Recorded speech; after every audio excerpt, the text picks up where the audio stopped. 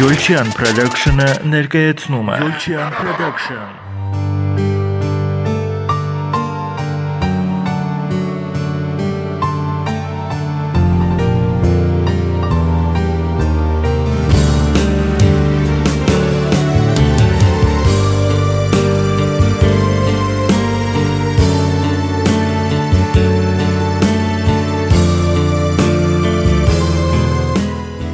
Միշտ մտածում էի, որ օրինակ, երբ որ երիտասարդ էի եւ կրթության ընթացքում ինստիտուտի եւ նաեւ ավագ դասարաններում շատ էի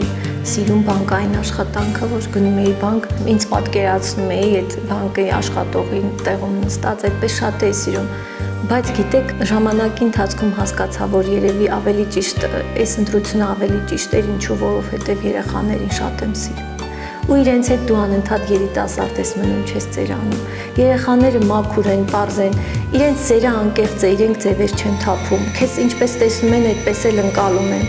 Այսինքն իրենք չեն փորձում քեզ շողոքորթել։ Եթե քեզ սիրում են, եթե չեն սիրում, ձևեր չեն թափում։ Ու իրենց հետ շատ ավելի հեշտ է։ Ես միշտ ինձ դպրոցական եմ համարում։ Այսքան տարի ես միշտ համարել եմ, որ սեպտեմբերի 1-ին ինձ համարել է գալիս, ես միշտ աշակերտի կարգավիճակում սեպտեմբերի 1 եմ գալիս։ Վանաձորի Վահե Մելիքսեթյանի անվան համար 28 հիմնական դպրոցի մանկավարժական խորհրդի հերթական նիստի որոշմամբ եւ տնօրեն Ալբերտ Բրուկյանի նախաձեռնությամբ հաղորդման հերոս են տրվել նույն դպրոցի ինֆորմատիկայի ուսուցչուհի եւ օպերատոր Ռիտա Մխիթարյանը։ Նա ամենաբարձր միավորն է հավաքել կամավոր ատեստավորման ընթացքում, արձանագրելով բարձր ցուցանիշներ։ Կամավոր ատեստավորման շնորհիվ բարձրանում են ուսուցչի բարեկեցությունը, գործի նկատմամբ պատասխանատվության զգացումը, նվիրվածությունը, իսկ Ռիտա Մխիթարյանն այն ուսուցիչներից է, որ ցանկացած հանձնարարություն կատարում է անթերի, նշում է Ալբերտ Բրուկյանը։ Ցանկացած աշխատանք, որ հանձնարարվում է Ռիտա Մխիթարյանին, նա կատարում է պատվով եւ որևէ խնդիր չի առաջացել նրա հետ փոխադարձ աշխատանքի ժամանակ։ Մասնագիտական ընտրության հարցում մեծ դեր է ունեցել հարազատ Վանաձորի Աքսել Բակունցի անվան 7-րդ դպրոցի ուսուցիչը Ռիտա Մխիթարյանի դասղեկը։ Լավ հիշում է, դպրոցական տարիներին, երբ գրեցին շարադրություն ինչ է ուզում դառնալ, նա թղթին էր հանձնել իր երազանքը դառնալ մաթեմատիկայի ուսուցչուհի։ Ռիտա Մխիթարյանին տնտեսագետի մասնագիտությունն էլ էր հոգեհարազատ, բայց հնարավորություններն այլ էին։ Երևանում սովորելը խնդիր էր, այդպես ընտրություն անելու երկու հնարավորություն ունեի ու ես ընտրեցի մանկավարժական ինստիտուտը եւ դիմեցի Վանաձորի պետական մանկավարժական ինստիտուտի ֆիզմատ ֆակուլտետ։ Արդեն 19 տարի սիրված մանկավարժի աշխատանքի անփոփոխ հասցեն սիրելի դպրոցն է, այնտեղ աշխատելու պատճառը երեխաների նկատմամբ սերը։ Ինչու ոչ եղել են նաև հիասթափության պահեր, բայց կրկին երեխաներն են հաղթել։ Այսօր կարևոր եւ պահանջված է այս մասնագիտությունը, որի նկատմամբ առանձնահատուկ վերաբերմունք եւ մոտեցում ունեն աշակերտները։ Մասնագիտություն, որով լեցուն է մեր առօրյան։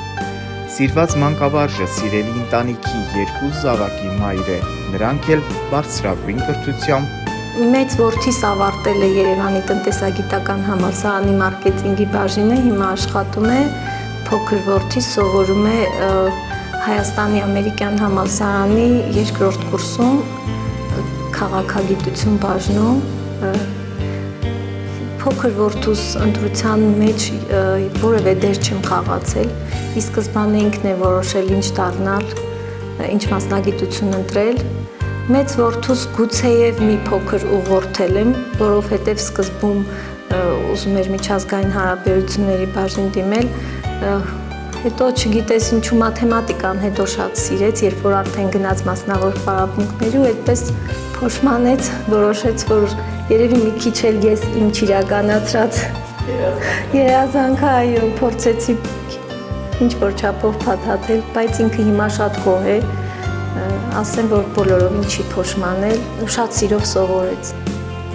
Ունեցել է 2 դասղեկական դասարան, հրաշալի երեխաներ եւ պատրաստական ծնողներ, որոնց հետ կապը նույնպես մեծ դեր է խաղացել հաջողության հարցում։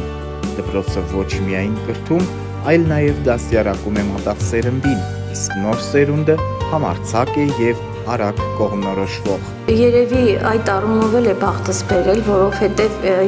2 դասղեկական դասարան եմ ունեցել, 2 դասարանից ծնողներն էլ հրաշալի են եղել, ինձ հետ համամիտ են եղել ու փորձել են ինձ հետ գալ,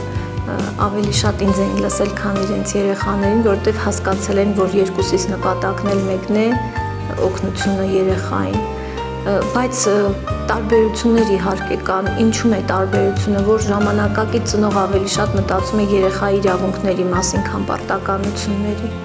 Այստեղից է ամեն ինչ գալիս, վատ երեխաներ չկան։ Հիմա ես շատ եմ լսում, որ ասում են, այ ոնց եք անում երեխաների հիմա վատն են, էսեն են, նման բան չկա, վատ երեխա չկա։ Ամեն ինչ գալիս է ծնողից, ընտանիքից է գալիս, երբ ծնողը երեխային սովորեցնում է միայն իրավունքներ, այ ուսուցիչը այս իրավունքը չուներ, դու այս իրավունքն ունես, այստեղից է սկսվում ամեն ինչ։ Թե չէ բոլոր երեխաները լավն են, գիտեք ինչ լավ լուսավոր սերունդ ունենք, երեխաներ կան, որ զարմանում ես, ասում ես, երևի իմ ժամանակաշրջանում հնարավորություն չի եղել, որ երեխան այսքան բանի մեջ լինի ու այսքան աճի, այսքան բացվի։ Այնպես որ հնարավորությունները շատ են, այո, ծնողը պիտի ճիշտ ուղղորդի երեխային։ Դժվար է, հիմա ծնողի հետ դժվար է, որովհետև փորձում են իրենց երեխաների իրավունքներից խոսել։ Պիտի ծնողը հասկանա, որ դպրոցը նաև կարգուկանոն է ենթադրում ու այստեղ երեխան պարտականություններ էլ շատ ունի։ Ռիտա Մխիթարյանը ատեստավորման է գնացել դեռևս 2023 թվականին։ Տոկոսը 91.6 է, ինչպես որոշեցի, ճիշտն ասած առաջին տարին չգիտեի իրականում ինչ հարցեր են, ինչ բնույթի թեստ է լինելու, առաջին տարին չգնացի, դիմել եմ 2023 թվականին, հետո հասկացա, որ պիտի գնամ, որովհետև եթե շարունակական աճ չունի ուսուցիչը, երեխայի հետ աշխատելը դժվար է, երեխան ուսուցչի բացերը առաջինն է նկատում, առաջին քննադատն է ուսուցչի, եթե դու թերանում ես, երեխան դա նկատում է, դրա համար պիտի ուսուցիչը անընդհատ ինքնակրթվի, ուսուցչությունը շատ ծանր մասնագիտություն է, իհարկե բոլոր մասնագիտությունների մեջ էլ ինքնակրթությունը շատ կարևոր է, բայց մեր բնագավառում, հատկապես իմ առարկայի շրջանակներում, այնքան արագ է զարգանում, որ պիտի հասցնես ետևից ու պիտի անընդհատ ինքնակրթվես։ Դրա համար ես մտածեցի, որ սա ևս մի քայլ է առաջ գնալու, կայանալու։ Աշխատանքային տարիներին ստացել է բազմաթիվ պատվոգրեր եւ շնորհակալագրեր։ Շնորհակալագրեր ստացել եմ Լոռու մարզպետից 2024 թվականին, 2025 թվականին ստացել եմ դպրոցի տնօրինության կողմից, ընկտակի կողմից, ստացել եմ շնորհակալագիր Երկրապահ կամավորականների միության կողմից, պատվոգիր կրթական տեխնոլոգիաների ազգային կենտրոնի կողմից։ Փաթեթը ինչքան բան կարևոր է։ Գիտեք, միանշանակ ես համաձայն եմ, որ ուսուցչի առաջին գնահատողը աշակերտն է, բայց նաև այո տնօրինության կողմից գնահատականը շատ կարևոր է, երբ ուսուցիչը իրեն արժևորված է զգում, գնահատված է զգում, իսկ չարչարանքի զուր չի համարում, այսինքն նկատում են, որ դու ջանք ես թափում, որ ինչ-որ բան փոխես երեխայի կյանքի մեջ, բացի գիտելիքը, որ պիտի տաս, դա քո պարտականությունն է, նաև փորձում ես երեխայի կյանքում ինչ-որ դրական լավ բան փոխել։ Իհարկե շատ ոգևորող է, երբ ղեկավարությունը քեզ գնահատում է։ Անսպասելի էր այս հաղորդման ընտրվելը, բայց եւ շատ ուրախալի, նշում է մանկավարժը։ Ճիշտն ասած անակնկալի եկա, իսկապես ես չպատկերացրի ինչ չափանիշներով են ընտրությունը արել։ Առաջին հարցը, որ առաջացավ իմ մեջ, ինչու ես։ Ու ես տնօրենին հենց այդ հարցը ուղղեցի։ Ինչու ես։ Հետո ստացա բացատրություն, չափանիշներին ուշադրություն չէի դարձրել, հետո արդեն տնօրենի բացատրությունից հասկացա ինչու ես։ Ես իսկապես ինձ երջանիկ մարդ եմ համարում, որովհետև շատ գոհ եմ այն ամենից, ինչ ունեմ։ Ես գնահատում եմ այն, ինչ ունեմ։ Ես հրաշալի ընտանիք ունեմ, ու իմ շրջապատում բոլորը գիտեն, իրոք հրաշալի ընտանիք ունեմ, լավ զավակներ ունեմ, հրաշալի կոլեկտիվ ունեմ։ Ես միշտ ասում եմ, քաղաքից եմ գալիս, այստեղ